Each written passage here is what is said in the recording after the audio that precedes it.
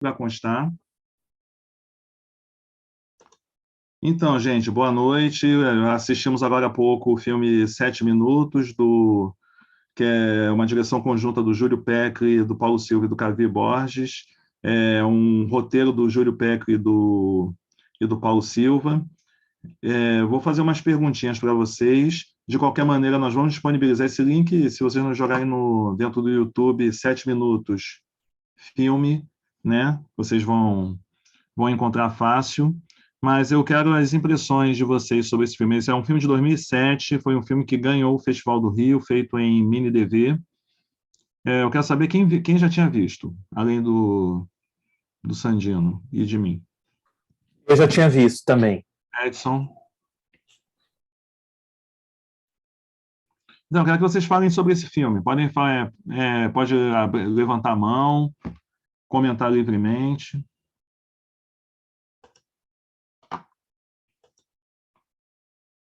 Vou abrir o chat aqui para ver os comentários também. Gente, sem timidez, já passem suas impressões sobre o filme. O que vocês acharam? O que vocês sentiram? Para mim ficou muito a questão do... Fiquei impressionado com a câmera ali na arma, né? Deu como se eu tivesse com a arma na mão, sendo levado por... Tinha uma tensão assim, que eu senti muito no ar assim, da cena, assim, porque às vezes eu percebo que quando... Eu não sei criticar muito filme, assim, porque eu sou muito tomado pela emoção. Eu não sei se isso é um defeito exatamente de quem está assistindo, e não sei se é isso que você quer, Clementino, mas eu sou levado muito pela emoção, assim, vou vendo o filme e isso vai crescendo. Então, é a melhor coisa. Ficou muito essa coisa para mim da tensão ali e de eu estar com a arma em punho ali. E o final ali é muito surpreendente, né? Porque os caras deram uma... Né? Tipo, estavam ali de brabo que iam fazer acontecer e no final me surpreendeu aquele final ali que já sabemos aí. Sim, Ingrid levantou a mão.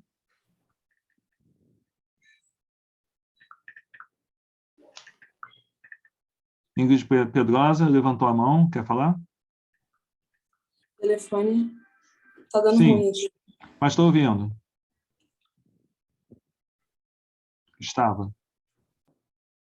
Caiu. Caiu? Próxima da fila, quem quer falar? Edson. Oi. Esse filme eu tinha assistido já. Ele, obrigado, Cleiton, por esse revival. Eu acho muito interessante. Esse filme surgiu, se eu não estou enganado, naquele boom de produções feitas, embora ele não tenha sido feito com aparelho celular, numa época em que não se fazia coisas com aparelho celular e nem câmeras fotográficas, né? Ele surgiu nesse boom do digital, né? O digital surgiu, né? A galera que só fazia coisa em VHS ou em Super V, quem não tinha condição de fazer em película. E aí surgiram as mini DVs. Surgiram as mini DVs e na garupa das mini DVs vieram os celulares ainda, né? Não era smartphone, ainda era o celular mesmo, né? N95 e aqueles outros. E mostra esse momento, assim, essa efervescência da galera produzindo com esses equipamentos portáteis, e me chama muito a atenção essa estética dessa imagem aparentemente suja, né? Sem muito aparato de iluminação, mas que traz aí um aspecto muito cru daquela realidade. E é um plano sequência, né? Isso também é algo muito interessante, é um filme inteiramente sem cortes, e ao que me parece não é um falso plano sequência, ele realmente é um plano sequência, né? Eu achei muito interessante também essa proposta, e é legal a gente rever, como eu falei, né? Porque a gente começa a pensar que a gente está muito naquele movimento ali dos celulares que tem imagens em 4K, né, aquela imagem super limpa, aquela estética, né, daquela imagem como é que a gente chama? Aquela imagem de propaganda de televisão nas lojas americanas, né? Você passa em frente à loja americana, tá lá aquela imagem lindona, em 4K, e de repente a gente vê um aspecto aparentemente sujo, mas assim traz um lado real, vamos dizer assim, né? Um lado que tem também uma poesia em cima dessa estética. Enfim, achei muito legal ter revisto. Então, rapidinho, antes da Ingrid falar, só ler aqui os comentários, porque eu acho que tem umas coisas interessantes para puxar o gancho logo. Cadê? Diana não, é aqui. Brenda. Não tive a sensação de estar em um jogo de realidade virtual. Rodrigo. Eu fiquei impressionado com o retrato da naturalidade dos moradores da comunidade em meio a essa situação de violência também naturalizada. Esteticamente perfeito, minha curiosidade foi o desafio de produção. Já vamos falar disso. Josiel. Trata de uma visão muito níveis.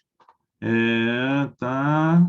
Aí a Monique comentou: o filme conseguiu captar a angústia desse momento da disputa de território e como tudo acontece muito rápido, mas ao mesmo tempo uma realidade muito densa. O Sandino: vale a pena pesquisar os filmes do Júlio Pecri no YouTube. Tem alguns. O Júlio é um cineasta da Cidade de Deus, do início dos anos 2000, que vem dos processos de formação audiovisual em cursos populares, muito rico em diversidade de linguagem. O Sandino já deu aqui o spoiler, mas vamos lá. Ingrid. Gente, boa noite. Primeiro, não sei se eu perdi algum e-mail de vocês, vi agora que estão aqui no meio, estou super, super feliz, estou numa cirurgia que minha mãe acabou de operar, Caramba. Então realmente devo ter perdido alguma coisa, mas estou feliz de Melhoras estar para aqui. ela, que deu tudo certo. Não, essa cirurgia era importante, então eu estou feliz, hoje é um dia feliz. Não tinha visto esse filme, estou gelada aqui, estou impressionada, porque eu nunca tinha visto um filme inteiro de PV. Eu me senti o próprio personagem, né? A gente passa por essa tensão de estar na pele do personagem. Só uma pausa, Ingrid, explica para os colegas o que é PV. Gente, desculpa, eu estou acelerada aqui. O ponto de vista, né? Porque o filme todo, você não sabe que cara é aquela. É como se fosse a gente, assim, né? A gente não tem um espelho para ver sempre o nosso rosto. As pessoas veem quem somos nós, mas a gente nunca se vê. Eu acho isso incrível, eu acho que isso tem uma poesia e é angustiante, me trouxe para uma realidade que parecia que era minha, sabe? E eu acho que aproxima muito mais as pessoas de uma... Enfim, muito... Eu acho que trouxe esse lugar da favela de um ponto que eu não tinha visto ainda, e eu acho que muita gente também, sabe? Achei incrível. E esse lance que ele acabou de falar do plano de sequência, cara, isso tudo, tanto o ponto de vista quanto o plano de sequência, vai te deixando sem ar, né? É uma situação que vai acontecendo, e você vai ficando assim sem ar. Achei incrível, vou rever, porque, nossa, é uma aula, né? Só o filme já é uma aula. Achei muito bacana. E é isso, gente. Muito prazer estar aqui, viu? Nessa loucura toda, mas adorei. Não. Beleza. Desculpa, vocês estão me escutando? Quem? Vocês me escutam? Sim, Ângela, sim. Márcia, pode chamar de Márcia. Eu tenho desculpa. muita dificuldade com o Zoom. É a primeira vez que eu estou entrando no Zoom. Eu uso outras plataformas. O Zoom eu estou estreando. Então, eu estou... Se puder repetir o nome do filme, porque eu peguei só os créditos. Quando eu consegui entrar, já estava nos créditos. Se você puder repetir o filme e se tiver um local onde eu possa acessá-lo... Não, qualquer lugar no YouTube. Você procurou no YouTube. Eu vou escrever aqui no chat, que fica mais fácil para você fazer a busca depois da aula. 7 minutos, e o diretor... Quer dizer, 2 diretores, acho que é o mais fácil para dar busca, é o Júlio Pecri. Porque se você procurar Cavi Borges, tem muita coisa do Cavi, e se tiver a palavra 7, a palavra minutos, vão aparecer uns 100 arquivos, você não vai saber qual é o filme. O Paulo Silva é um nome muito comum. O Júlio Pecri, se você botar 7 minutos de Júlio Pecri, pelo menos até o 4º, 5º arquivo que vai aparecer, com certeza é o filme. Depois eu posso até pedir... a fila, tá? Porque eu não tenho intimidade com essa plataforma. Não, tranquilo, Márcia, mas de qualquer maneira, desculpe te interromper. Nós vamos, depois eu vou passar a gente vai passar pelo e-mail os links, e vamos deixar na descrição da gravação dessa aula os links dos filmes que foram exibidos, os trechos de filme que estiverem disponíveis publicamente, óbvio, que aí vocês podem assistir depois. Quem perdeu um trechinho ou a internet atrapalhou, não se preocupe, tá bom? Obrigada. Clementino. Oi. Eu até coloquei no chat também que eu disponibilizei um link no Google Drive com filmes ou com temática preta ou com diretores pretos. E tem de vários países, né? Não é só do Brasil. Alguns que você comentou na aula anterior, né? Eu já baixei, outros eu já tinha, aí eu só subi lá para o Drive. Então, quem quiser... Aí tem, assim, tem filme da Namíbia, tem filme da época do Blaxploitation, né? Tem um arsenal aqui interessante. Na medida que eu for subindo outros, eu vou mandar no mesmo link, tá? Aí, se vocês quiserem também, nesse e-mail, incluir esse link, né? Fica à vontade. Aí eu posso até mandar de novo aí, para poder rechear um pouco mais o bolo com uma filmografia de outros países, né? Ah, beleza. Então, gente, lembrando assim, o que a Ingrid explicou, o PV, né? Alguns chamam também de POV, a gente chama muito em linguagem de games primeira pessoa. Então, é justamente isso, é a câmera subjetiva. É quando você transforma a câmera, né? A câmera sempre vai ser o olhar do espectador segundo o desejo do diretor. Mas quando você coloca a câmera em cena numa situação em que ela personifica, né, toda a situação, como, por exemplo, a Ingrid agora estava caminhando pelo quarto, né? Teve um momento assim que a câmera saiu dela, então parecia que era uma pessoa que estava indo ali ver a mãe dela, tudo mais em cena. Então, passa um pouco essa ideia, né, do deslocamento, de ver isso muito em videogame, justamente para... E agora, com a coisa da realidade virtual, você coloca os óculos, né? É gente quebrando móvel na casa e tudo, que acha que está dentro no metaverso, que está dentro de uma outra realidade.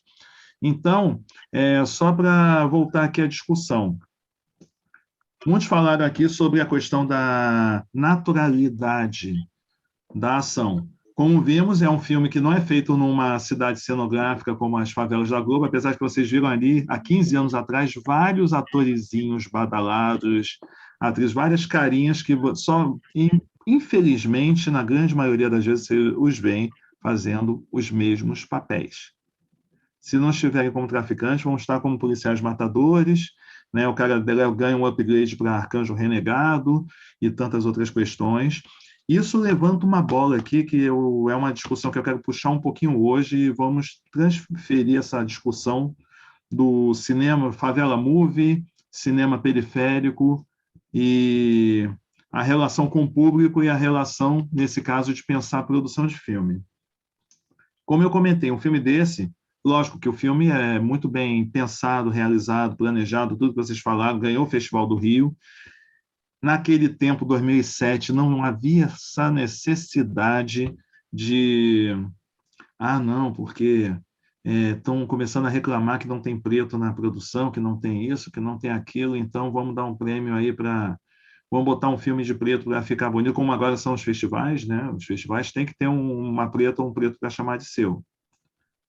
Senão, o festival não é adequado para expor a diversidade, isso pega mal para os patrocinadores, pega mal para o público, porque, graças a alguns governos atrás, o Preto começou a andar de avião, começou a viajar nas férias, começou a, inclusive, entrar em salas de cinema e alguns festivais, então também não pega bem para um público, né? Começam a assistir canais por streaming, etc. Começa a se consolidar como um mercado, né? Um passo que a gente não quer que dê para trás.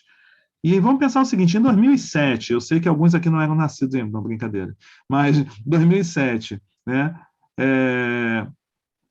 Não tinha rede social ainda, era o Orkut, já ainda tentando engajar, né? O Orkut ainda tentando se firmar como a rede social, as câmeras não tinham esse poder de fogo todo. Eu lembro, eu às vezes encontro meus arquivos que eu tentava fazer uma sequência em 2007, era muito patético.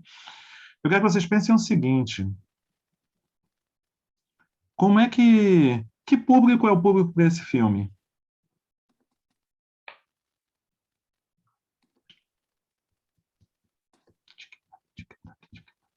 Isso foi uma pergunta. Eu acho que pode ser aquele meio termo do safari humano, sabe? Pode ser um público curioso, que quer entender que vida é essa, né? Mas acho que, de verdade, o público é... Eu acho estranho falar isso, porque esse filme chegou nesses lugares, sabe? Porque, não sei, mas acho que é um filme de linguagem de favelas mesmo. Mas eu não sei se esse filme chega ali, então também não sei se posso dizer que é para lá. De memória, não chegou com a mesma frequência, mas chegou em várias favelas. Chegou porque... Depois eu explico por quê. Os esquemas de difusão. Mas quero ouvir mais vocês aí. Clementino, pode repetir a sua pergunta? Eu perdi aqui um. Qual é o público para um filme desse pensando o ano de 2007? Ou talvez pensando até o público de hoje.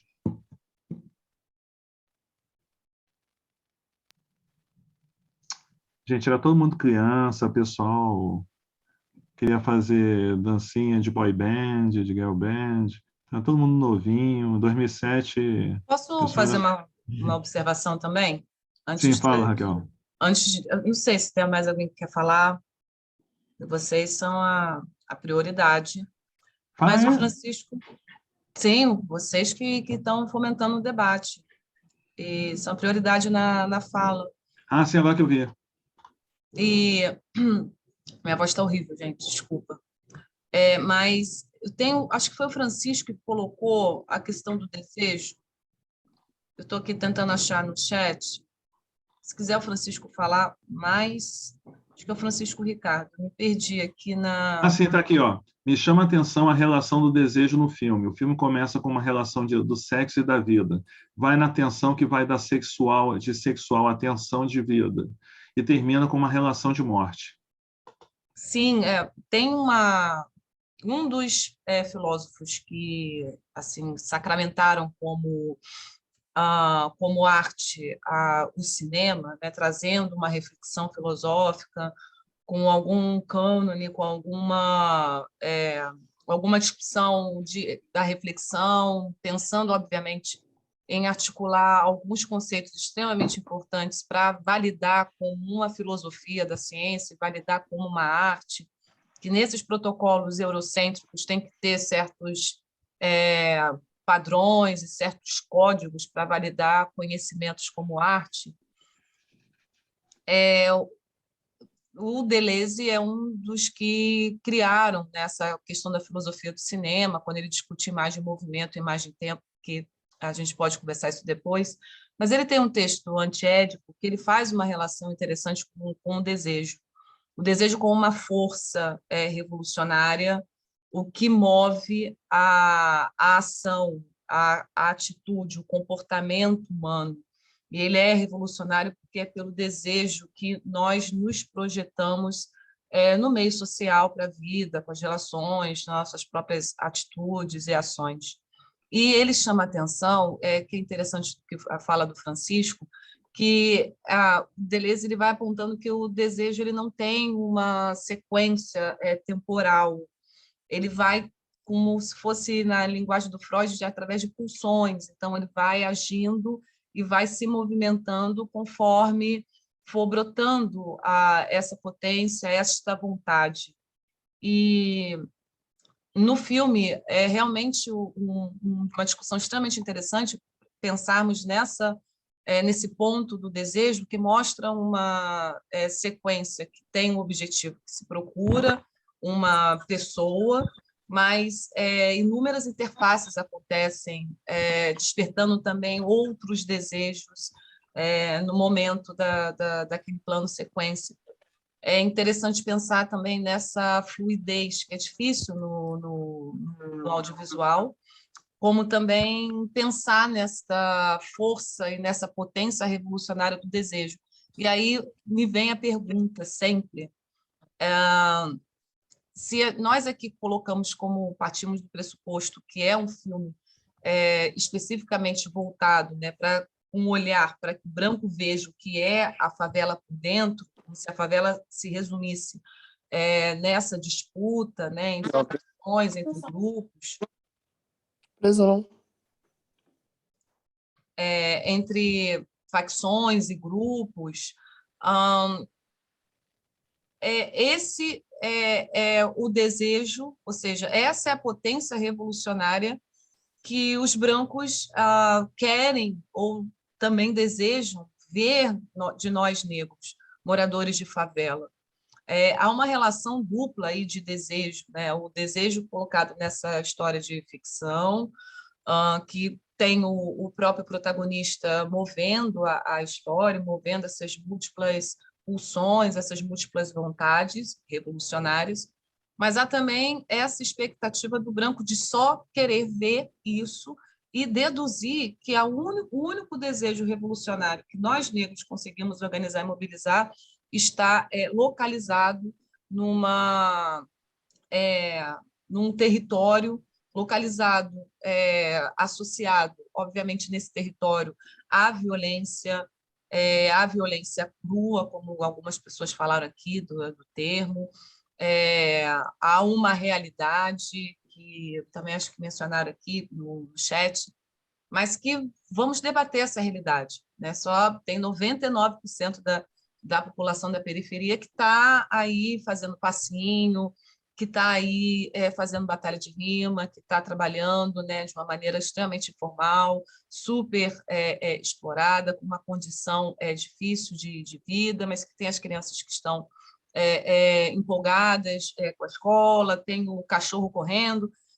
Vamos pensar nessas realidades, né? E o Favela Move ele trata de uma realidade marcada, obviamente, por uma cor, por um gênero, um tipo único de feição, de expressão mesmo facial diante da tela.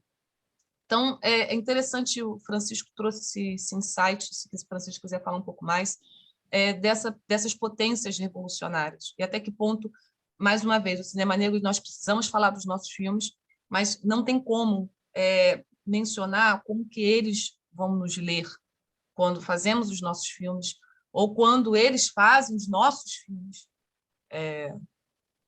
e de acordo com que eles nos entendem. São essas interfaces assim, que vale a gente dialogar também. Solta a provocação. Se o Francisco não for falar, o Josiel também pediu a palavra. Dou-lhe uma. O dedo escorregou no touchscreen. Dou-lhe duas. Alô. Então vai, Josiel. Vai lá. Galera, talvez aí eu seja um pouco mais cascudo aí em termos de idade, mas eu vejo esse filme, é muito interessante, né, que são recursos que os jovens adquiriram, assim, em um período muito difícil, né, mas que ele soube muito bem expressar o seu ponto de vista, assim, em relação ao que ocorre nas comunidades. Isso me faz lembrar muito do Cinema Novo, né, do Glauber Rocha, e quando ele começa a trabalhar no Terra em Transe, o Diabo e Deus e o Diabo na Terra do Sol. Então são alguns filmes que me trazem assim uma lembrança, né, da realidade nua e crua que aquele povo nordestino sofria, e que tinha um protagonismo muito focado na sociedade que não era amparado pelo Estado, né? E dentro desse olhar, ele vem também no mesmo processo em que a comunidade não tem nenhum amparo, ele se torna o quarto poder, né? Digamos assim, o quarto poder dentro de uma comunidade que não tem nenhuma estrutura que foi dada a ela. Até porque eu conheço bem a fundo a formação da Cidade de Deus. Tive parente aí que mora ainda dentro da região e como foi formado desde o princípio lá da favela da Praia do Pinto. Minha tia morava na Praia do Pinto, foi expulso de lá, queimaram tudo e ela foi para a Cidade de Deus. Mas eu não quero falar sobre essa história, quero falar sobre o filme em si. Então, o filme ele mostra aí muito bem que é uma denúncia, né?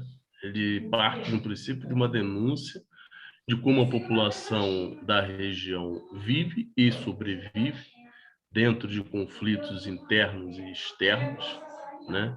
Onde o protagonista maior que está ali é quem vive no dia a dia, é que tem a história nas mãos para contar como ele vive. Tanto que tem aquele filme que ganhou um Oscar, Parasita, né? Ele também se inspira dentro de uma realidade social em que o próprio capitalismo ele vive. E aí acaba... Tem alguém entrando aí. Então ele vive dentro de uma nua e crua. Então é muito interessante. Eu vejo esse filme aí como em 2007, que eu ainda não tinha visto, um recorte social assim brilhante, né? E aí é interessante estar assistindo esses e outros que venham assim fazer parte dessa coletânea aí que você está apresentando e da denúncia que eles assim fazem. Valeu. Ou até do anúncio, né? Como diria Paulo Freire, né? Não apenas da denúncia. Então, vamos fazer assim, eu vou, contradizendo a Chimamanda, né, que vou vou contar a história única. Posso comentar, que é a história que... Hã? Posso fazer um comentário, Clemente? Desculpa te cortar minha má educação, que a galera vai acabar se acostumando. Não sei se é o que eu vou falar agora, mas vai lá. Ah, é? Será que eu... Não, é porque... Tudo bem, gente. Prazer estar aqui com vocês. Estou bem feliz mesmo. Eu tenho incômodos com esse filme hoje, né, cara? Uhum. Eu tenho incômodos, inclusive, com outros filmes que eu participei, assim, nesse processo. Porque é de um momento de fazer cinema popular, da galera que vem da favela, que estudou cinema, a gente começou a estudar a escola popular, que a gente não estava pensando muito o contexto em relação ao que a gente estava fazendo, né? Uma análise mais profunda. A gente estava muito interessado em botar para fora a linguagem que a gente estava aprendendo, as linguagens que a gente estava estudando, e uma compreensão do cinema como narrativa, como linguagem mesmo, assim, numa lógica clássica de cinema branco dominante, né? Então a gente vai produzir o filme que a galera branca, que a galera de mercado que quer ver, que se espera que a gente produza, né? A Favelado vai retratar a sua realidade. Então, a realidade que a gente vai retratar é a realidade dura que a gente vê no jornal todo dia, é a realidade que nos incomoda o tempo todo, assim. E aí não tem muito como fugir disso, né, cara? O Júlio, ele veio um pouquinho antes de mim, assim, a gente conviveu muito junto, né, cara? Eu cheguei a filmar com eles aqui na Cidade de Deus também. E a gente vai começar a refletir sobre isso muito lá na frente, né? E a gente vai um disparador fundamental para a gente refletir. Tem 2 pontos de reflexão. Um primeiro ponto de reflexão ali, e esse filme é pós isso, é o Cidade de Deus, porque o Cidade de Deus é um filme que gera incômodos muito grandes em alguns realizadores de comunidade, sobretudo na galera da Cidade de Deus. Mas ainda assim, ele não proporciona esse pulo, né? Esse pulo de pensamento, esse pulo de racionalização sobre a obra. Assim, a galera continua reproduzindo aquela mesma linha de filme, só que agora são eles fazendo. Nós somos fazendo e tal, não sei o quê. E tinha essa coisa da veracidade. Né? O maior incômodo com Cidade de Deus, na real, é uma lógica de veracidade, que aí a gente pode discutir ficção, e, enfim, que eu até acho que não cabe, embora o filme tenha sido vendido no primeiro momento como um retrato real da coisa, aí eu acho que tá a merda, aí tá o principal incômodo da galera. Agora, tem esse segundo momento de discussão sobre essa produção, que eu acho que é quando vem o projeto do Cacá Diegues, que é o 5 vezes Favela, e aí vira 5 vezes Favela agora por nós mesmos, no processo ali de discussão da própria galera, mas que ainda assim ainda era uma reprodução do que se espera, né? do que uma branquitude, a galera clássica, um cinema hegemônico espera que os favelados façam e sigam fazendo. Enfim. Mas eu só queria colocar um pouco essa observação, porque está tão distante, né? Eu fiquei olhando e falei, caralho, 2007. Realmente. Assim, e mudou muito, né? Mudou tudo. Tanto a estética, cara, a estética dos 7 minutos, é porque essa projeção é muito ruim, né? Mas é uma estética do caramba, bicho. Você vai ver os primeiros filmes do Wong Kar-wai, você vai ver... E era essa galera que a gente estava estudando, entendeu? Então, 7 minutos é um puta filme bem fotografado, cara, para aquela realidade, para como se pensava cinema, para como se pensava estética de cinema, de contexto urbano, de contexto de ação naquele momento, assim. Era uma coisa quase vanguardista até, assim, porque você estava jogando câmera livre na mão. Estou alisando meu cachorro porque ele acordou aqui, tá velhinho. Mas, enfim, era só isso que eu queria colocar, né? Segue aí, desculpa, acho que eu não te interrompi. Não, acho que não atravessei a tua linha, não. Acho que é isso aí. Sabe? Até melhor, porque a parte da aula que eu tinha dito que eu ia abortar, você conseguiu resumir 20 minutos de aula em um comentário. Né? Que é uma das linhas de provocação que eu queria jogar, que eu ia puxar por linha do tempo, linha histórica da narrativa do Favela Movie.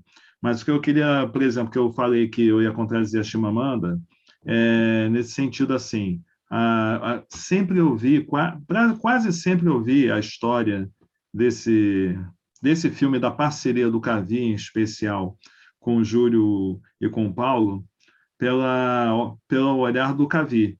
Né? O Cavi dá muita entrevista, dá muita palestra, então a história dele é justamente aquela que ele estava uma vez dando uma palestra, né? ou falando das produções dele, não sei se foi no evento no CCBB, onde foi, que os dois estavam, né? Júlio Pecli, negro, ele tinha um problema lá, uma doença degenerativa, que ele era cadeirante, e o Paulo Silva, branco nordestino, e os dois moradores de Cidade de Deus, que desde sempre convivem, sonhavam em ser cineastas juntos, iam correndo atrás fizeram cursos, né? Como o Sandino contou, corriam atrás de tudo que era oportunidade. Segundo o Cavi, numa dessas palestras, o Cavi, como ele sempre fala em toda palestra, ele disse: qualquer coisa, se alguém tiver um projeto, tudo mais, né? Quer ver aquela coisa assim, né, de raiz de vendedor, né? Aí ele, se alguém tiver alguma ideia, algum projeto, a vídeo era locadora, era tudo ali na Cobal do Maitá, aquela locadorazinha, né, de fundo da Cobal, com um mezanino escondido lá, que era onde ele vendia ele guardava os DVDs pirata para quando tinha Blitz, onde tinha também uma ilha de edição, onde o pessoal trabalhava, a produção, tinha todo um esqueminha lá. E, de repente, não deu uma semana, os dois abaixaram, saíram da Cidade de Deus e foram para lá, levando roteiros que eles escreviam.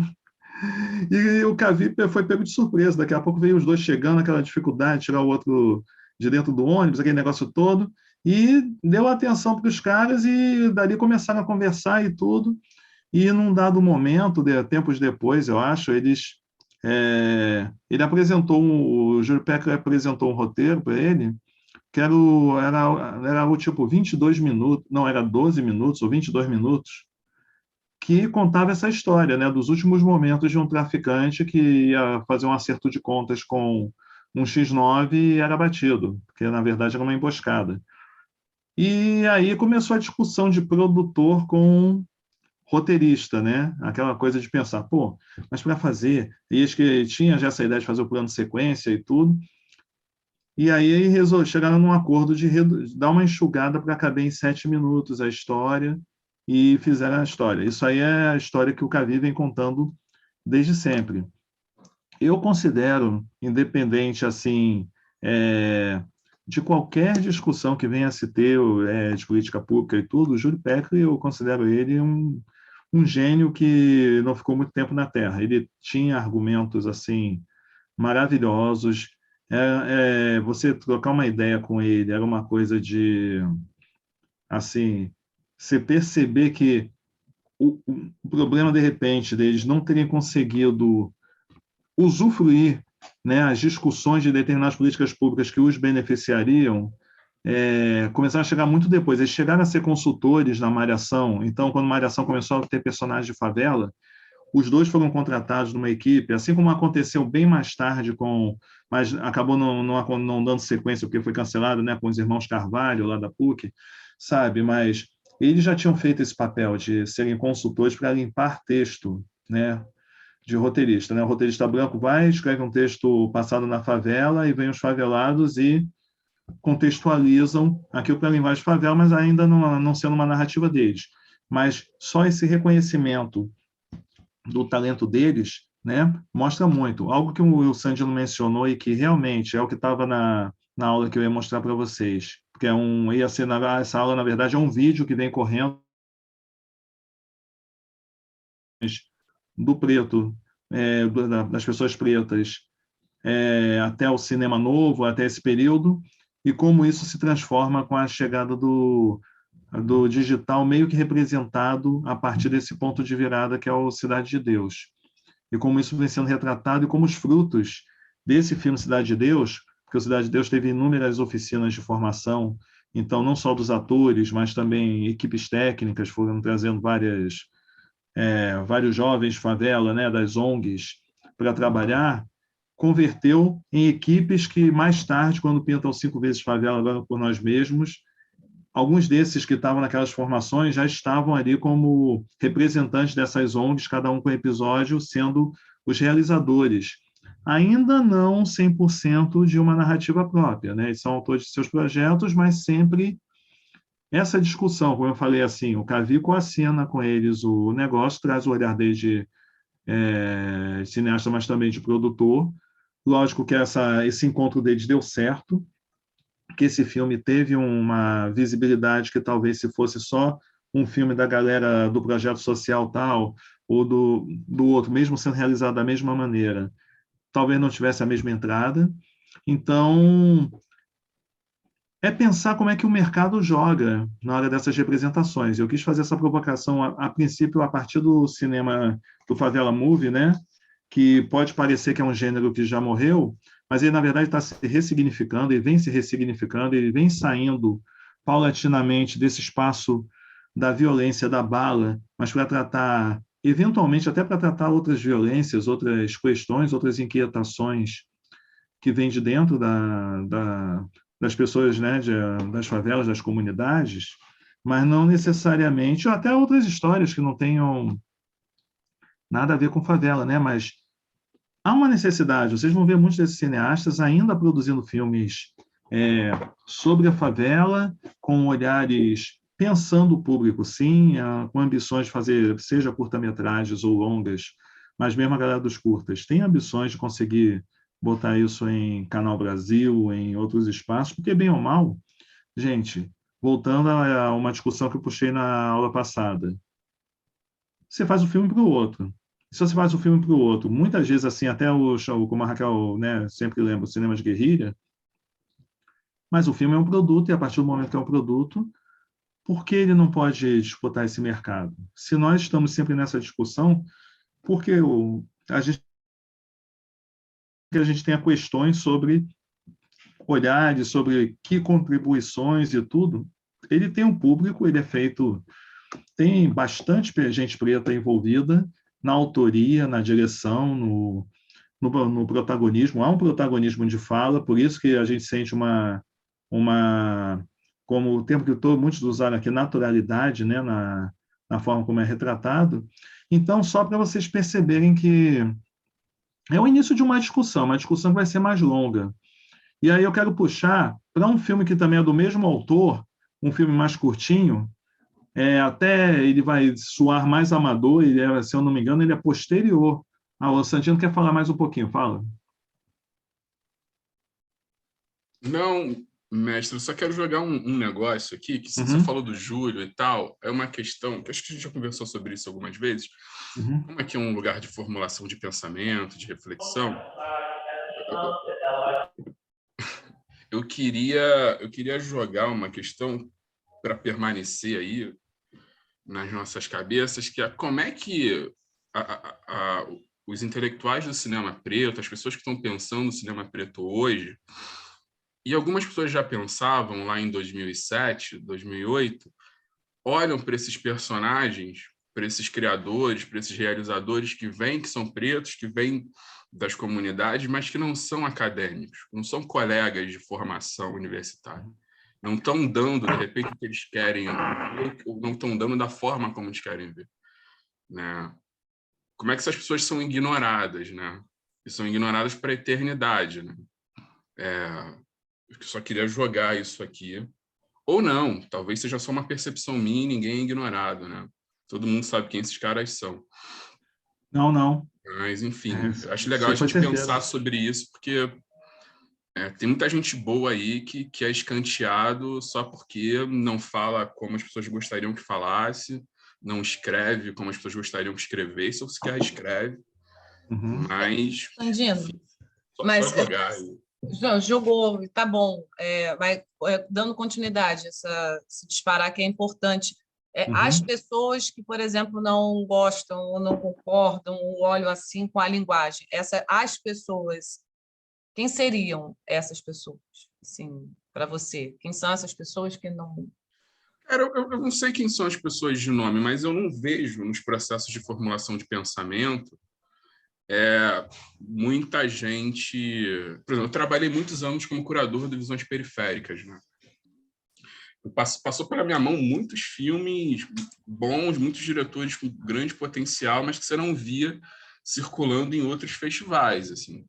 Inclusive em festivais pretos até, sabe? Tudo bem, né? Nos últimos 4 anos a gente tem um boom muito maior. A coisa da Aldir Blanc ajudou muito nisso também. Mas eu não tô jogando para uma pessoa ou para outra pessoa, sabe? Eu estou trazendo para esse lugar de pensamento mesmo, sabe? Quem agora está aqui, que está começando a escrever sobre cinema preto e tal, está buscando quem? Está cavando lá embaixo? Eu só estou querendo trazer para incomodar mesmo, para falar, de repente, será que eu preciso olhar para um lado que os livros de referência, os textos, os comentários de quem são referência para mim não olha, não estão citando? Porque a gente é foda, né? A gente vai na onda do que já está escrito, né? Do que, de repente, já é uma referência, né? A gente não fica cavando muita coisa, mas tem muita coisa para trás. Eu não sei se eu estou ficando velho também e tudo passa muito rápido, e aí eu fico achando que tem muita coisa perdida, né? Ou também não consigo acompanhar todos os processos, mas eu acho que tem muita gente boa no rolê aí que tá sendo ignorada também. E o próprio Júlio é um caso desse. Ele agora vai, assim, não sei, de repente alguém aqui na aula que esteja em faculdade de cinema, tudo mais, na hora de escrever o TCC diz, ótimo, vou falar sobre aquele cara que o Clementinho falou, o Júlio. Gente, se for pesquisar, vai. O Paulo sabe tudo sobre o Júlio, mas sabe aquele tipo de pesquisa assim, chegou tarde demais, porque o cara chegou, ele teve um momento dele que deveria ser mais explorado, mas o tempo é rei, né? E o tempo é que comanda quais são os nossos momentos no plano e em destaque, etc, etc. Mas é isso, é muito mais fácil você pegar quem é o hype, porque existe um hype, inclusive por cineastas de favela que conseguem um destaque tão breve quanto aconteceu já com o Júlio ou com outros anteriores, né? Muitos dos que aparecem no filme, né? Luciano Vidigal tem feito uma produção que você pode achar que ele tem muita influência, muitas outras influências que não seriam, etc., que ele fala muito de cinema europeu e tudo mais, que ótimo.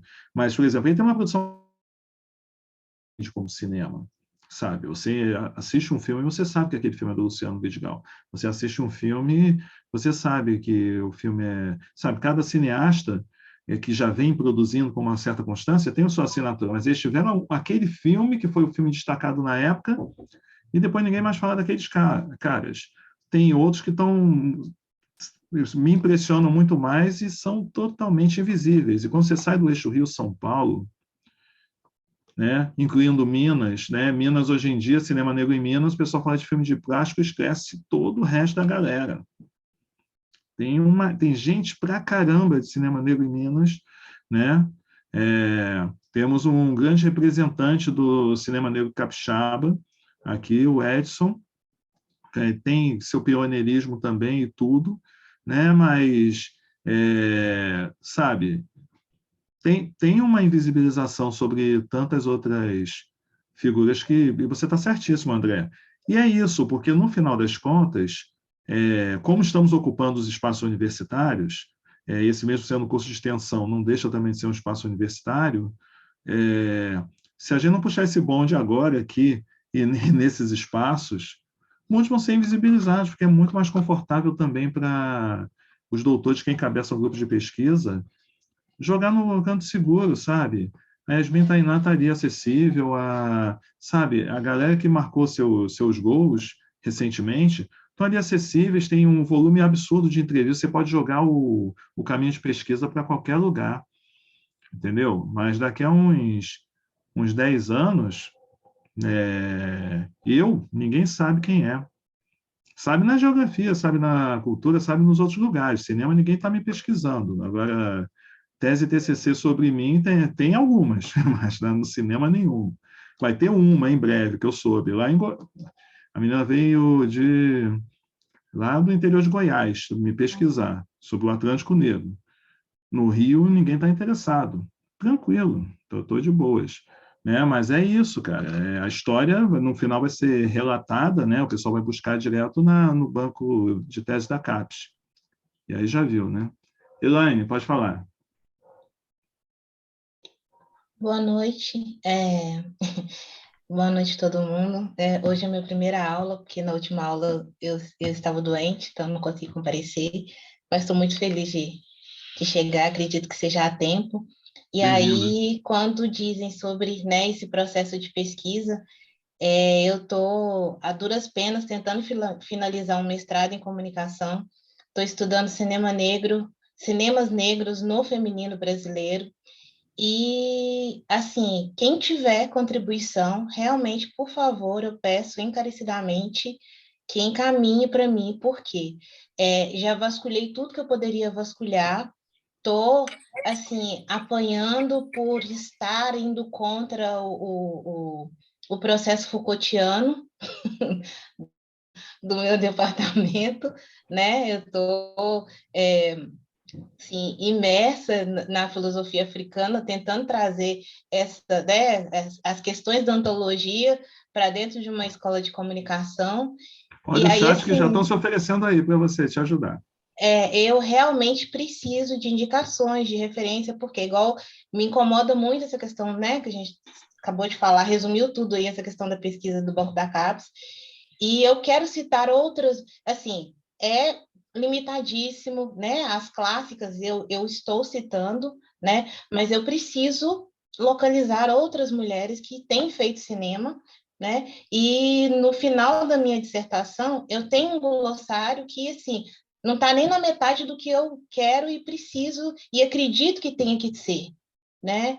Então, assim, realmente é um pedido de socorro aqui no grupo.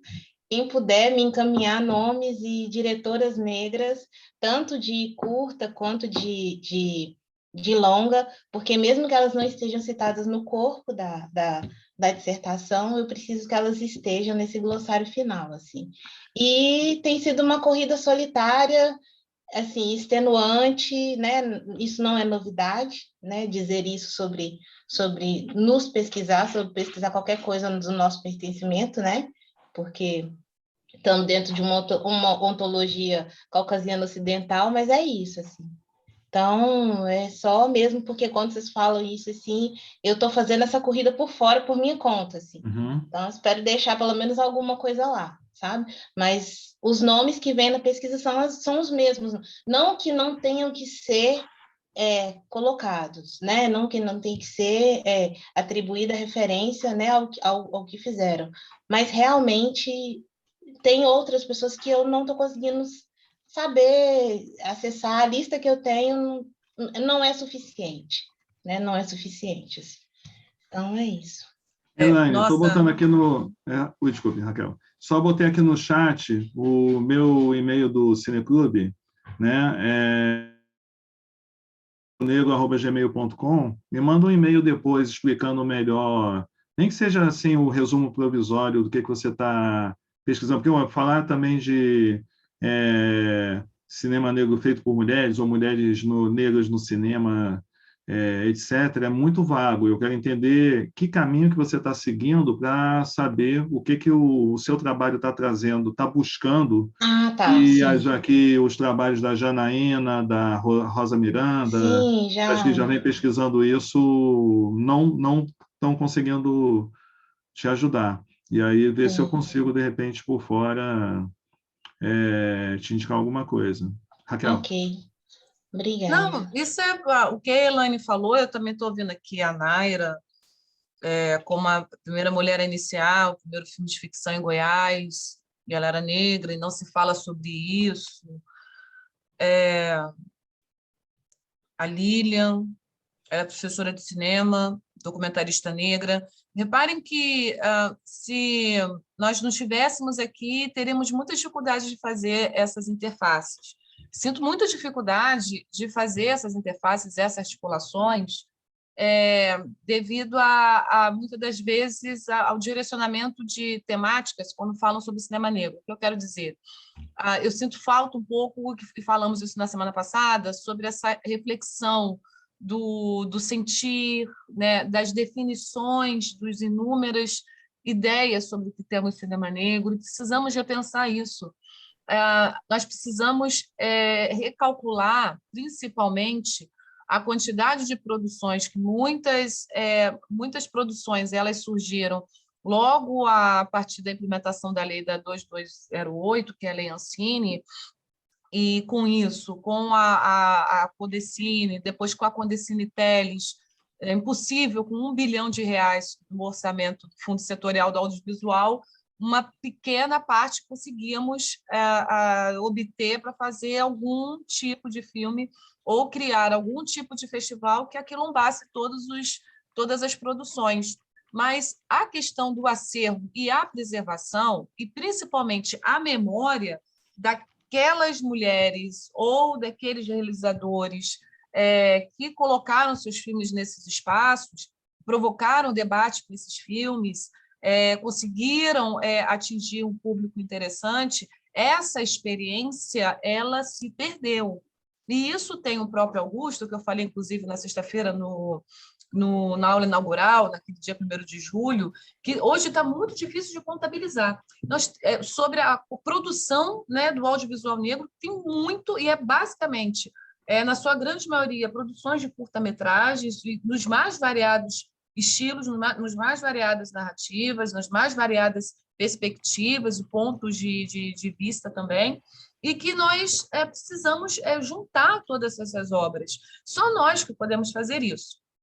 Já sabemos que uma estrutura com base no racismo estrutural e institucional, ter esse encontro aqui, por exemplo, é uma afronta à política da branquitude.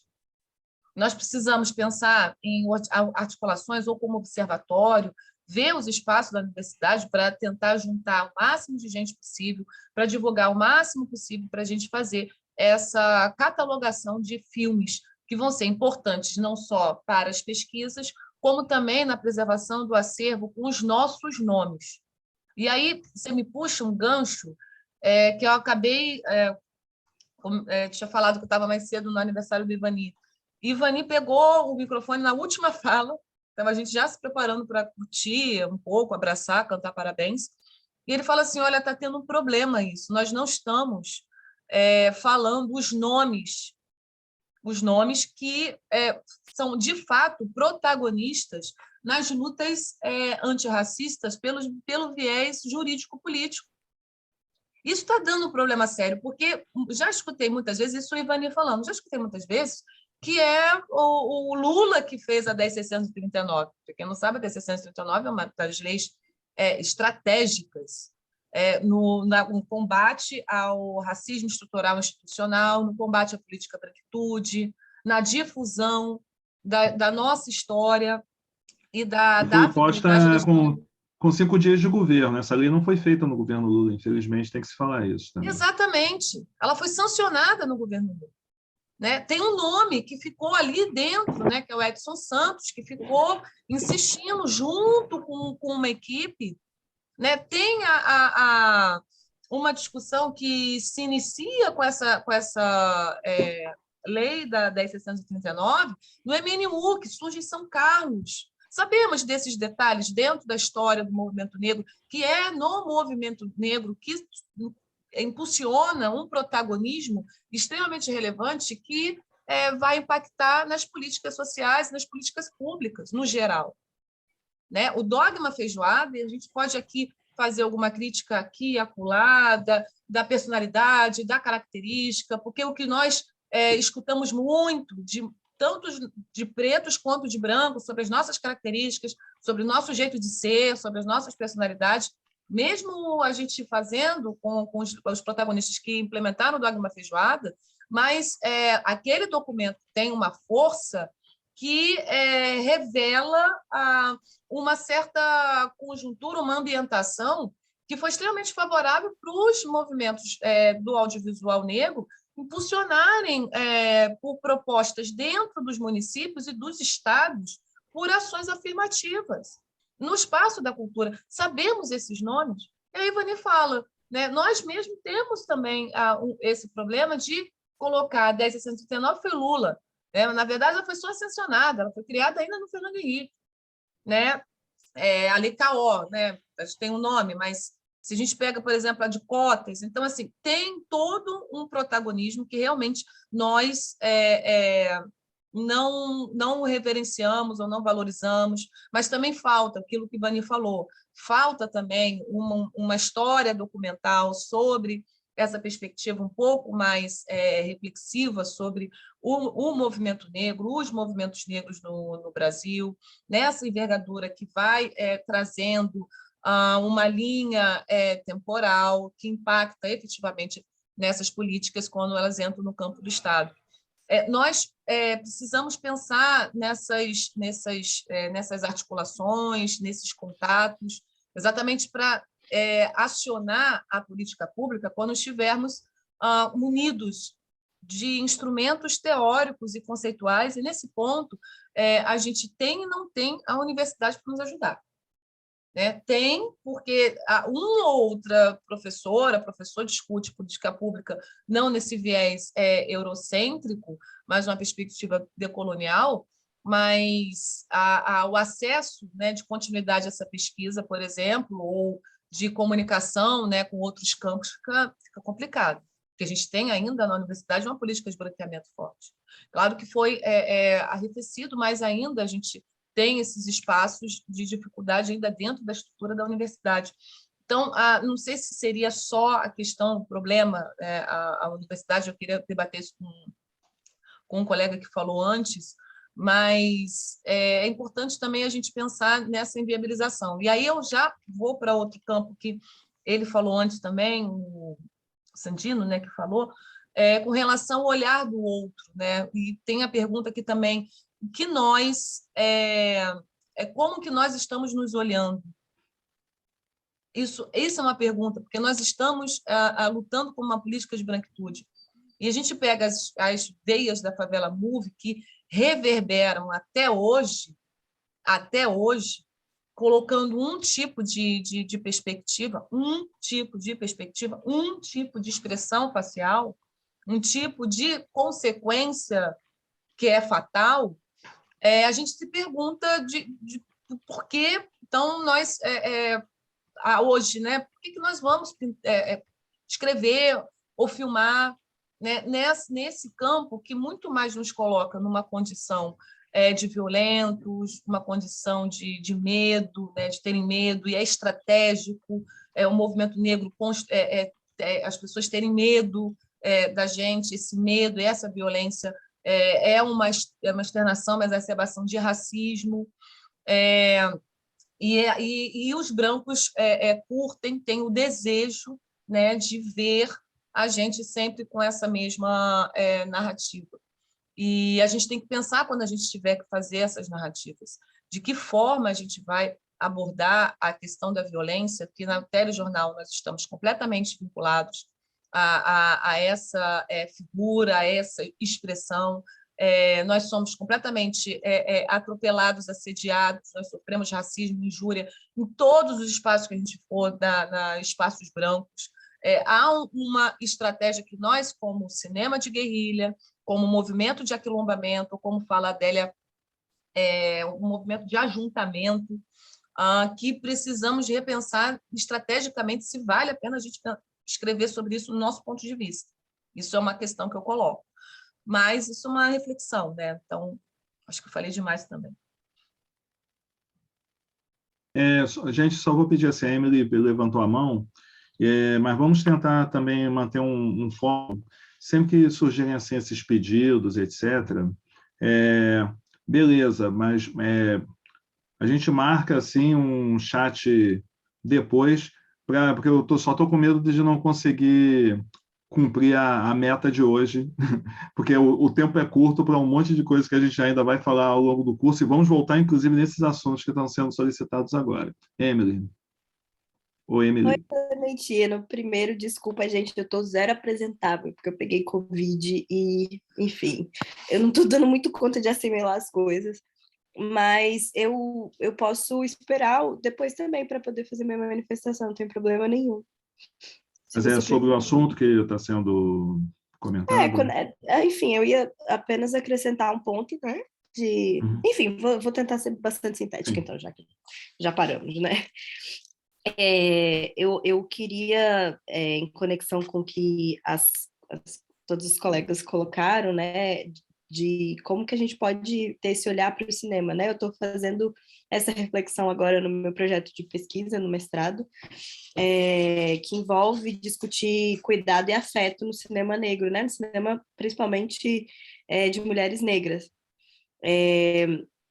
Mas acho que um desafio que eu estou vendo na minha pesquisa é como a minha pesquisa é muito mais na estética, na questão da estética, do que da questão das políticas públicas, né?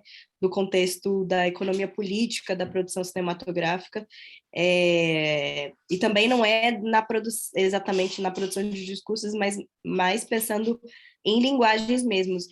E é um enorme desafio, né? Quando você vai pegar o que a gente tem de referência para falar de linguagem cinematográfica, que a gente tem de referência, de onde que parte os parâmetros sobre linguagem, até uma discussão mais ampla ainda para falar sobre estética, é tudo muito dentro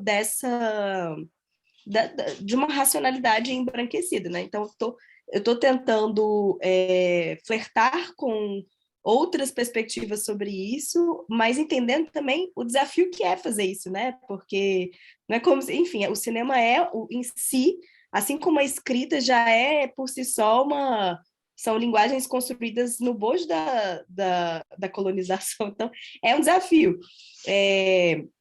Mas ainda assim, como que a gente pode hackear essa lógica, né? Eu tenho falado muito de hackeamento, como que a gente pode hackear essas perspectivas, inclusive até, Clementine, talvez você, em algum momento, não sei se a gente vai ter espaço para isso, mas discutir que outras noções de estética, de beleza, de apreciação a gente pode ter. Até estava recorrendo a um texto, a outros textos, a outros autores, a outros filósofos da arte, para pensar outras leituras. Tem alguns autores, inclusive, que falam que não existe discussão sobre estética em África, porque não existe essa ideia de apreciação. Então, é é muito desafiante, né?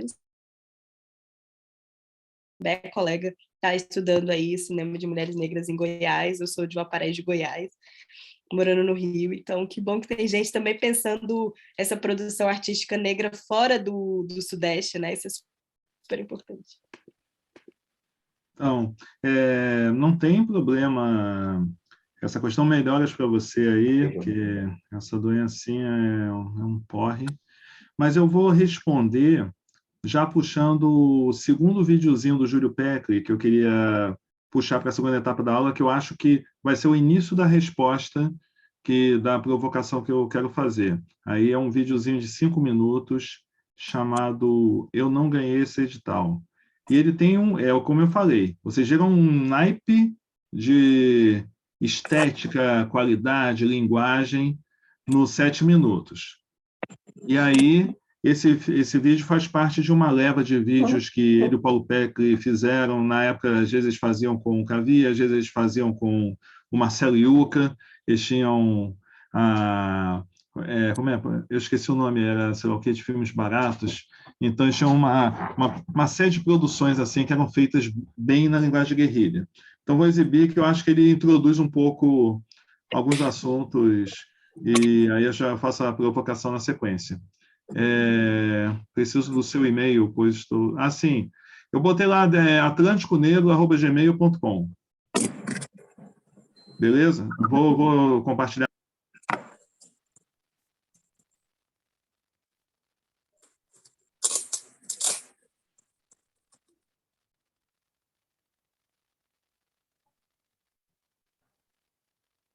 Já está para todo mundo o compartilhamento?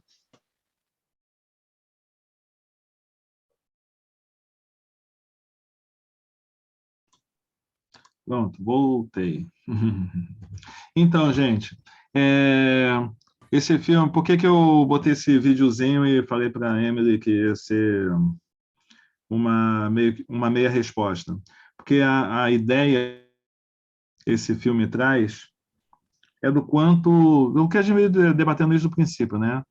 O quanto que você fica formatando o seu roteiro, suas coisas, para a expectativa de um formato, de um padrão, de como você encaixa nessa gavetinha. Você faz cinema negro, você faz cinema periférico, você faz cinema dissidente, né? O LGBTQIAP+, mas você, na verdade, está tentando atingir a empatia daquela pessoa que não faz parte da sua identidade ou não entende a sua identidade, que de alguma maneira, mesmo que entenda, está respeitando uma burocracia, está seguindo aqueles critérios que foram estabelecidos pelo edital.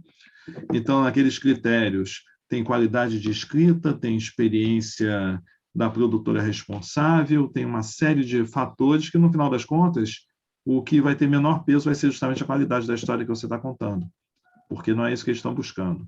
Estão buscando aquelas mesmas histórias white people problems, aqueles filmes de Magic, cor só tem o nome, né? É Black Magic, mas tudo cinza, né? Eu já estou com um asco de filme cinza, ainda mais porque temos uma história de que nossas peles nunca foram adequadas para a configuração das películas, para a configuração dos sensores, para a configuração das câmeras. Aí, quando chega o digital, eles transformam todo mundo em azul. Parece que a gente está no Avatar, né?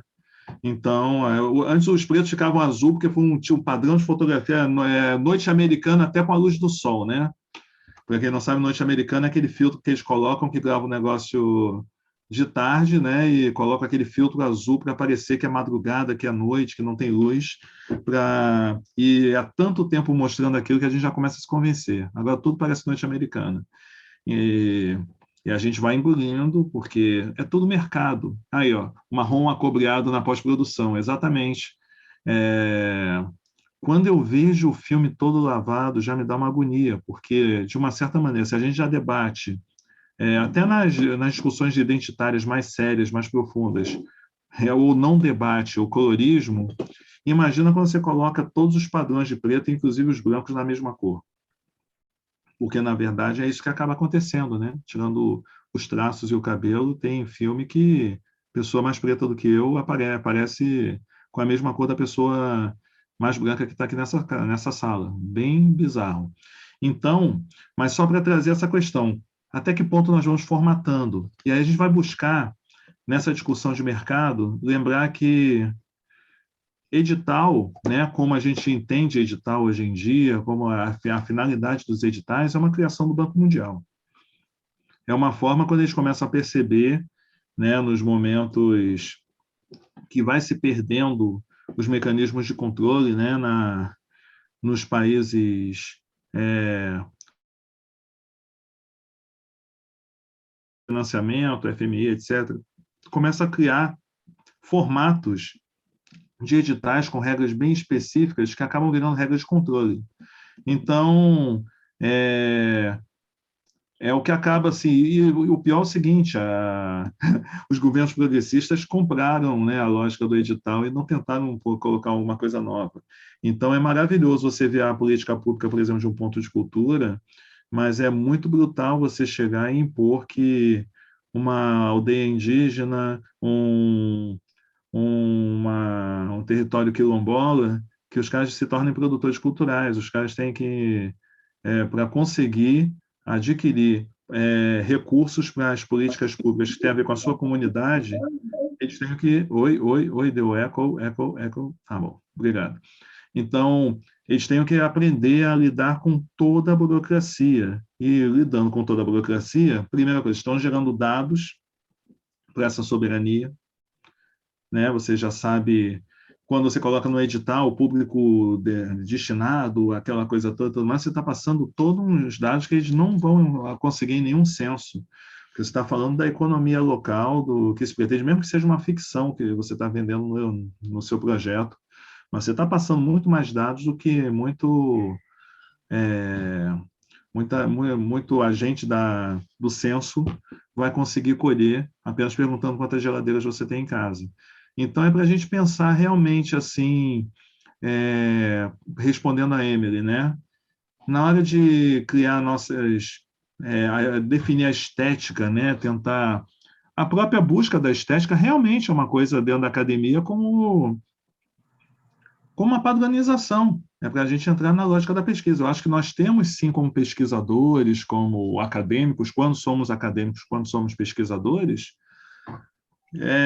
entender toda essa lógica da ciência branca, mas temos que guardar também um pouquinho, como bem ensinam os terreiros, né? Todo terreiro tem o seu segredo, tem coisas ali, né, no cantinho, né, que você coloca, quando coloca, como prepara, que é só dali.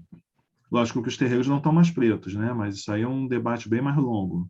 Gente, só cuidado aí, que tem um pessoal que está entrando, saindo, está voltando com o microfone aberto. Se for falar, levanta a mão primeiro, que já tem o Alexandre ali na fila. Mas não joguei essa provocação, né? Até que ponto, até para fechar a resposta para a Emily, né?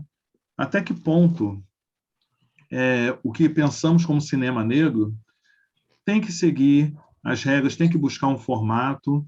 Até que ponto alguma coisa que vocês já viram recente que se identifica como cinema negro quebrou, porque vocês estão acostumados a ver como regras, né, do cinema hegemônico e estão conseguindo furar esse bloqueio? Pedir para a Daniele desligar o microfone, obrigado. Então, começa com o Alexandre. Não, antes é o Edson. Oi, desculpe. Antes é o Edson. Desculpe. Já estava levantado? Desculpe, não tinha visto. Mão preta, né? Aí no fundo escuro eu não vi. Eu quero só dividir uma questão, vou falando de edital, né? Eu sou aqui do Espírito Santo, moro em Vitória. Tem um edital que já existe há mais de 10 anos, e para não dizer que a gente vai só meter o pau nos editais, né? Por exemplo, no edital daqui, um dos editais da cultura para comunidades tradicionais.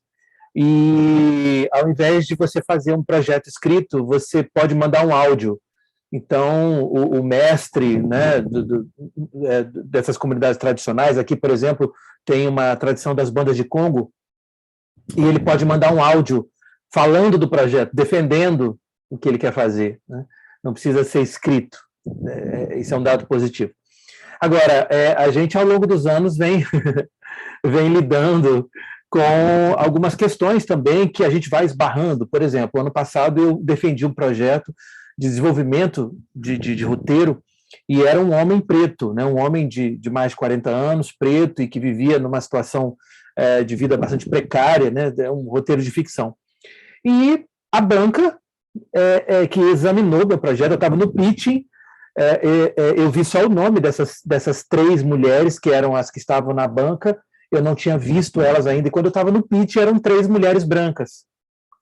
E eu notei que elas estavam, assim, tentando se encaixar, mas alguma coisa não estava dando muito certo naquela troca entre nós, né? Eu acabei que meu projeto não foi selecionado, né? Não vou dizer que é por causa delas, mas em algum momento houve essa pequena barreira para que a gente pudesse dar continuidade. E também uma falta de compreensão em alguns aspectos, por exemplo, das ações afirmativas. O edital implantou as ações afirmativas, mas não tinha muita ideia do que era. Então, por exemplo, em alguns editais do audiovisual, uma porcentagem deveria ser de diretores pretos. Mas aí o que o edital fez? Pegou os diretores pretos que tinham maiores notas e colocou aqueles como cotistas, né? Quer dizer, ainda assim privilegiou a meritocracia. Então a gente acaba esbarrando nesses entraves e que é difícil manter um diálogo muitas vezes, né? Porque fala que colocou ações afirmativas. Tá, mas o que é? E aí fica naqueles 5 segundos em que a pessoa não sabe bem responder o que é ação afirmativa, e a gente precisa dizer, olha, isso é ação afirmativa, né? E por aí vai. Foi só para a gente para eu dividir um pouco dessa questão atual e daqui, né? Ótimo, Alexandre. Tentar ser sucinto aí, só fazer um resumo aqui do que eu vivi mês passado. Participei de um edital onde a chamada era para pessoas pretas e periféricas, e aí 60 foram escolhidos desse grupo na primeira seleção, na segunda seleção caiu para 9, e depois ficaram dois selecionados, cada um no valor de 15 mil reais, edital dos 15 mil. O que eu quero trazer aqui é o seguinte, ver que o valor, talvez para a periferia seja baixo, seja um bom valor, talvez, ou de repente, mas eu vejo editais aí fora que o valor não chega lá 200 mil para cima, né? Então, sempre estão fazendo um filtro com a periferia, dando um valor dessa monta e tal, e aí eu fico questionando se isso é um filtro exatamente para a gente cair nessa de entrar nesses editais e ficar limitado a essas coisas, sabe? E aí me chamou muita atenção, a amiga aí falou de hackeamento, chamou muita atenção a fala de uma das pessoas da banca, que falou assim, não, aqui a gente vai aprender, nós vamos aprender juntos, sabe? Ou seja, como se ela fosse pegar o meu processo, aprender e depois vender isso para outro lugar. Me passou essa sensação, e eu não só estou levantando essa parada aqui, que talvez eu esteja vendo a coisa de um modo errado e poluído. Ao mesmo tempo, eu não sei se é meio que uma armadilha hoje no mercado para a gente. Se preocupa não, Alexandre. A cada pessoa desse projeto vai ganhar 15 mil para aprender junto com vocês, que vão ganhar 15 mil para fazer todo o filme. Não se preocupe. É assim que a banda toca. Essas produtoras filtram a grana, mas aí isso é um debate mais amplo. Eu não recomendaria esse edital para ninguém, mas cada um sabe, né, onde o calo aperta, qual é a urgência e tudo mais. Francisco? Oi. Estão escutando? Sim. Não, eu só queria dividir mesmo. Eu sou do Amazonas e lá a gente tem uma relação de editais em que exatamente acontece essa situação. Todos os editais precisam ser... Você tem que preencher um cadastro online para você participar de um edital, sendo que boa parte das comunidades ribeirinhas do interior não tem acesso à internet. E aí acaba que quase, assim, pouquíssimas pessoas passam nesses processos, porque já exclui uma gama enorme de pessoas só pelo modo como o edital é proposto. Assim. E acaba que também tem essa relação de para quem é esse público, né?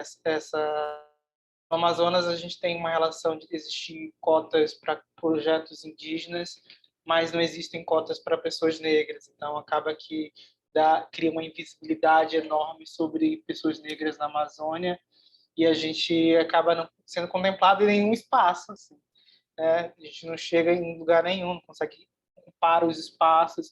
Existe uma luta para tentar construir uma relação de cotas, mas é isso, assim, tipo, a forma como eles são estruturados é para a gente não participar, é para a gente ficar do lado de fora vendo. Infelizmente, alguns editais eles não fazem interiorização e, quando fazem, eles não entendem como é que é a dinâmica para cada um poder se inscrever. Isso quando não acontecem os produtores caça-níquel, né, que eu já em vários editais, tanto no do Espírito Santo que eu já fui, né, o Edson sabe, né, que tem aquele cara que vai em 4, 5 cidades, ele praticamente formata o mesmo projeto, só trocando o nome e o endereço do destinatário, né, os valores são os mesmos, chega a ser vergonhoso, esquece até de trocar o nome na hora da planilha. É bem complicado, isso acontece no Brasil todo. Isso acontece no Rio. Também fui parecerista da Aldir Blanc aqui no município do Rio, nesse mesmo layout. Exatamente, eles não têm pudor. E aí complica. Rosiane? Olá, boa noite. Falando aqui de Alagoas e Fala só um pouquinho mais alto que... é uma situação muito parecida, tá me ouvindo? Situação parecida com dos colegas, assim, em relação... A gente está num processo de um edital, porque conseguiram arrumar 6 milhões para um filme do Cacá Diegues, sem edital. E isso a gente está batendo de frente em relação a isso. Mas, por exemplo, o Estado, eles fizeram pela Aldir Blanc, que rolou uma questão de cotas, né? E sendo que agora, nesse edital, meio que tudo que foi conseguido, né, eles estão descartando, assim, essa relação de mulher, de pessoas negras. Acho que um avanço que a gente tinha conseguido nesse edital, isso não está sendo bem visto, assim. Há um processo de interiorização, mas sem pensar nesse peso de cotas para as pessoas da periferia, pessoas negras.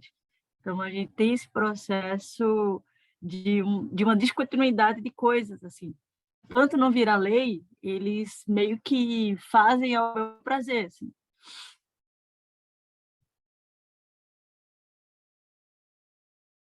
Olha, Então, a gente precisa falar, não vamos falar, obviamente, esse edital, esses 6 milhões destinado a um único cineasta para fazer uma continuação de um blockbuster, enfim, eu vi a reportagem, é chocante. E vocês que estão fazendo a mobilização, eu também vi que há um movimento interessante de divulgar o quanto que enfim, um absurdo dar para um único realizador 6 milhões para fazer uma produtora que é do Rio.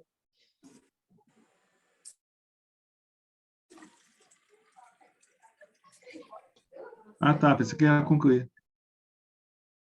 É lamentável. É lamentável o que está acontecendo, né? Porque eles vão ficar 5, 6 milhões e a gente que lute, né? Mas isso, gente, é bem histórico. O Edson vai lembrar uma vez lá que o Márcio Garcia baixou com uma produtora gringa para fazer um filme de tiro, porrada e bomba lá no Espírito Santo, pegou uma grana violenta na época que nem tinha edital, e até hoje pergunto para ele se ele viu o filme ou se alguém lá viu o filme, porque parece que o filme foi feito, foi lançado, comeram dinheiro e ninguém viu. Então, e mesmo que tenha visto, né, não é um filme que correu o circuito. Então, e a gente sabe, inclusive, que ainda tem a outra ponta depois, que é a distribuição. Mas isso tudo a gente vai falar, temos ainda mais 10 encontros para debater esses e tantos outros assuntos. Mas como estamos nos encaminhando para os últimos 20 minutos do encontro, primeira coisa, está querendo fazer assim uma primeira rodada com vocês, né? Porque a gente não teve, até pelo volume de alunos, né?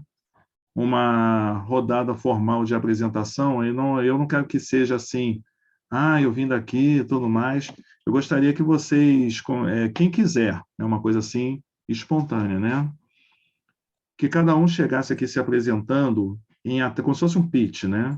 Cada um ter 30 segundos, até de 20 a 30 segundos, se apresentavam, se levantando a mão, se inscrevendo e vão falando aqui, mas vocês têm que se apresentar a partir da descrição de uma cena cotidiana de vocês. Vão pensando aí numa cena cotidiana de vocês. Não precisa ser uma cena, estou afirmando um cinema negro. Eu quero uma cena cotidiana de vocês, que possa ser descrita verbalmente em 20 a 30 segundos. Raquel, quer começar? Eu? Estou aqui escrevendo. Fala. Eu quero. Começa aí, Tiliane. Tiliane, começa. Pode ser? Pode. Já perdeu 10 segundos, vamos lá. Tá contando. Pronto. Já. Eu vou abrir aqui a câmera. Aqui eu uma aula do Centro Cultural do Bom Jardim, de extensivo em audiovisual, e é um momento do meu cotidiano, porque eu saio do centro, do Vila das Artes, que é muito elitizado, e sempre foi muito elitizado, a gente é a primeira turma mais preta que chegou até lá, e o Centro Cultural do Bom Jardim fica na periferia, 10 minutos de onde eu moro. Então, esse é o meu pitching de 30 segundos, Tílio Cassiano, 29 anos, e agradecida aqui por estar no rolê. Obrigada. Bem-vinda. Dei um curso online no início da pandemia lá, que eu até achei o curso bem diverso, assim, do público. Estava esperando algo mais elitista mesmo, mas foi bacana. Jefferson levantou a mão. Isso. Pode ir para a ficção, hein, gente? Vai lá. Pode começar? Louça e giz, escuta ao fundo. É para copiar? Fico pensando, eles precisam de outras coisas, precisa evoluir essa maneira de ensinar. Gente, meu cotidiano. Meu cotidiano, como vocês podem ver, esse é meu cotidiano.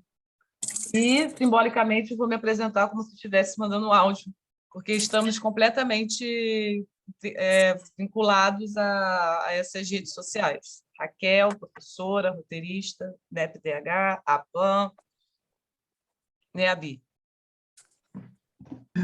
Você manda áudio assim? Bom dia, Clementina. Aqui é a Raquel.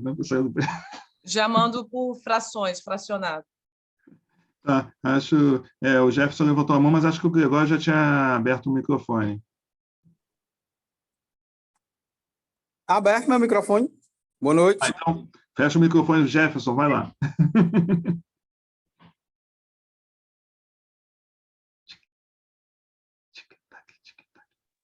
Eu cheguei a falar. Ele já falou, Clementina. Ele já falou?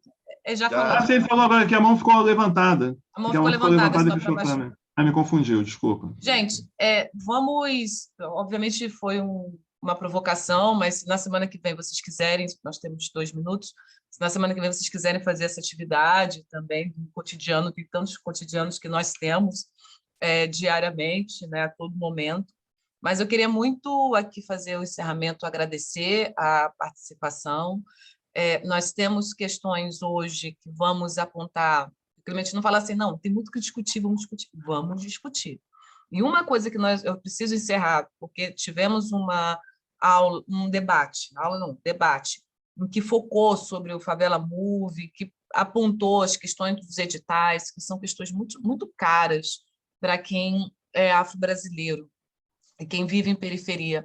E um discurso que nós daqui, com esse grupo que está aqui, precisamos de maneira unida construir, é o fim da naturalização. Se sempre foi assim, se continua sendo, se essas histórias no Alagoas, no Espírito Santo, ou no Amazonas, ou propriamente aqui no Rio de Janeiro acontecem, elas só vão parar se nós começarmos a se organizar, a nos organizarmos de maneira coletiva, horizontal, pensando muito mais nas ações a médio e longo prazo do que nas disputas internas em prol do benefício que vamos ter em cima de uma política neste momento.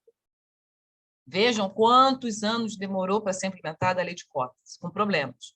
Veja quantos anos a 10.639, lei CAO, quantos anos. Nós precisamos demorar anos, obviamente não, mas pensar numa perspectiva a médio e longo prazo.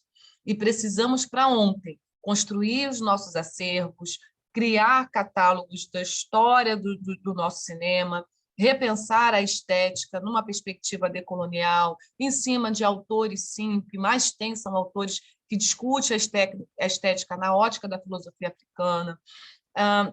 Nós temos muito campo pela frente, ao invés da gente só, obviamente, ter esse olhar no audiovisual, que é singular, ninguém vai ter o olhar que nós temos, mas também precisamos ter um outro lado, dividir o nosso tempo em construir ações para que elas não vão aí ao vento e a nossa memória ela seja difícil ainda de ser reconstruída nas próximas décadas. Então, deixo aqui o agradecimento eterno. Por favor, não deixe de vir na próxima semana, compartilhe o link da aula, que tem interesse em compartilhar. E nessas questões de políticas, editais e propriamente os filmes que o Clementino for trazer na próxima semana, a gente complementa com alguns referenciais importantes, tá? Então. Professora Raquel, professor Clementino, eu estou aqui no Oeste da... Boa noite. Eu só queria deixar um pequeno aviso. Ontem eu participei de uma live aqui com a professora Nilma Gomes e ela foi convidada, né, pela Fundação Perseu Abramo para discutir as políticas públicas da população negra para colocar no plano de governo do presidente Lula.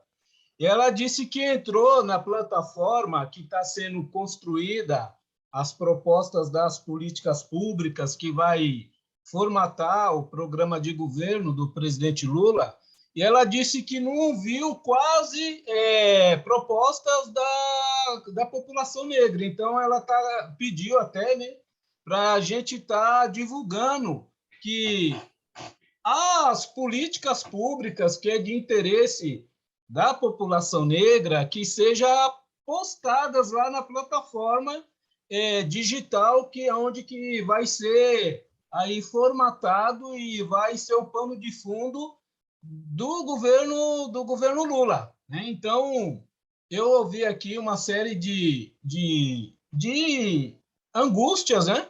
Eu acho que é um momento oportuno para esse grupo aí de produtores, né? Que eu acho que é um segmento de alta relevância para a nossa memória, a nossa identidade, a nossa trajetória e a visibilidade da população negra. Então, eu queria convidar aqui todos que estão aí participando desse curso, professor Clementino, que entre lá na plataforma e possa fazer lá a sistematização das políticas públicas no campo da cultura.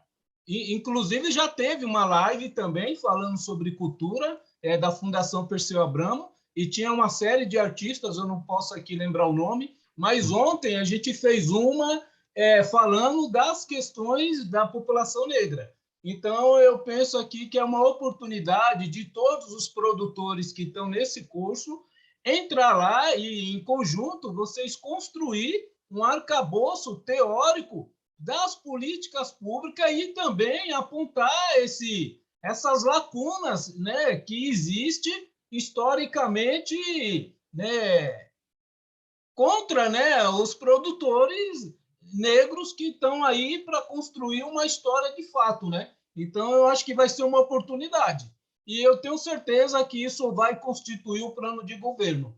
E eu estou vendo aqui, eu não conheço muito esse segmento, por isso que eu estou por aqui, para me aprender. Então, eu estou vendo que aqui está a essência, a nata, né, a massa crítica da nossa, né, da nossa negritude cinematográfica. Então, professora Raquel, professor Clementino e os demais que estão aí, eu acho que é uma oportunidade. E aí, certamente, isso daí vai criar uma perspectiva e também vai impactar na construção desse debate. E eu, com certeza, eu estou vendo aqui, a academia, a universidade, os atores, os produtores, e vão ter, talvez ainda pode até ser convidados para fazer uma live na Fundação falando das demandas que perpassam na construção dessa política de alta importância, né, para a nossa formação, e nós somos a maioria dessa sociedade. Então, eu acho que a produção cinematográfica tem que ter um lugar de impacto, porque nós vamos caminhando aí para a nossa autoafirmação. Eu vi a professora Jadiele falando que só em 2089 que a gente vai pautar a igualdade. Então, eu acho que isso é a cultura, é a arte, é a produção que vai desconstruir esses mitos, né? E romper com essa hegemonia que está consolidada, mas a gente, como eu vi a professora falando ontem, né? A professora Olívia, né, Santana, aqui lá de Salvador, que se a porta estiver fechada, a gente vai entrar, né? E ela disse que com a força da nossa causa, né? Então, eu penso que é o caminho, e parabéns, né? Mas é um convite, e aqui é uma provocação, que vocês entrem na plataforma e construam lá uma política pública, de fato. Tenho certeza que isso vai repercutir, porque no próximo mandato, certamente, o presidente Lula vai ter uma massa crítica de deputados, de senadores, de deputados estaduais, deputados federais, que vão pautar a nossa causa de uma forma talvez aí histórica, né? Eu acredito que nesse momento pré-eleitoral é um momento ouro da gente construir essas propostas e que vão incidir na construção de políticas públicas de fato, que vai resgatar a nossa dignidade aí historicamente marginalizada. Posso? Oi, Aguinaldo, muito obrigado pela contribuição, e muito importante você puxar esse bonde para essas discussões. Eu tenho, assim, ao mesmo tempo, uma visão um pouco crítica, mas porque temos que pensar também que grandes nomes da militância negra já estão presentes, inclusive próximos ao presidente. Então, quando se abrem essas janelas, é aquela coisa, né? Quer dizer, sabemos os benefícios que o segundo governo, principalmente o segundo governo Lula, trouxeram, mas que não depende esse governo só dele. Então, o nosso debate da formulação dessas políticas públicas tem que, na verdade, se criar compromissos de governo para não só começar projetos, como também para manter o diálogo, né? Isso tudo faz parte desse jogo, a gente vai conseguir fazer isso. Como já acabamos o tempo, só quero passar um informe, só compartilhando essa tela, porque eu já compartilhei o link aqui com vocês, vou colar o link aqui de novo no chat. Isso aí é o curso de Cinema Negro, aqui na playlist, na página do Cineclube Atlântico Negro. Todas essas aulinhas aqui do curso CAM, Olhares, Escutas e Atos, foram 12 encontros que eu promovi em 2020 e disponibilizei em 2021, só que na versão de 2021 nem todos os filmes estão presentes, onde é uma espécie de um curso bem panorâmico sobre o cinema negro mundial, a partir dos principais personagens e pensando o cinema negro no século XX, ou como eu chamo, o cinema da diáspora africana. Então, falo desde o cinema mudo, com Oscar Michaud, até vários movimentos em vários países, em vários continentes, no continente africano, no Brasil, vários olhares, não só sobre cineastas, mas também sobre outros protagonistas. Então, são aulinhas curtas, de 12, 13 minutos, pré-gravadas. Em alguns casos, quando os links estão no YouTube, o filme vem logo na playlist em seguida. Então, esse link que eu copiei aí para você, youtube.com, Atlântico Negro, playlists, que aí vocês encontram esses cursos, estão disponíveis, compartilhem, é tudo nosso, viu? E aí algumas discussões, talvez, principalmente quando falamos de cinema brasileiro, vão estar presentes em algumas dessas aulas. Então, vocês olham aí com calma e depois comentem, tá bom? Então, gente, agradecer a presença de vocês. A aula que vem, assim, divulgar, né? Tá rolando o curso Pedagogias Insurgentes, que eu estou do GEASU, que eu estou fazendo parte. Então, na terça-feira, eu vou chegar um pouquinho atrasado, que vai ser o dia da minha aula, né, lá na Fundição Progresso, para quem está aqui no Rio de Janeiro. É um curso voltado para, principalmente pensadas no território. Hoje foi a abertura com o Luiz Rufino, e tem uma equipe do GEASU maravilhosa. E vamos compartilhando, assim, sempre que tiverem cursos, informações, coisas. Se vocês montarem um grupo de Zap, que eu vi que o pessoal está perguntando aí, montem, vão compartilhando informações, que às vezes alguém está meio perdido, tem alguém que compartilha, e formar a rede faz parte desse processo, estarmos todos juntos. né? Marquem também o Instagram do Cinema Negro, também, quando vocês tiverem postagens, que a gente também ajuda também na divulgação. E não deixem de também seguir, né, os canais, seguir Clementino, acho que está todo mundo aqui seguindo. Cineclube Atlântico Negro, seguir o NetBH, seguir tudo.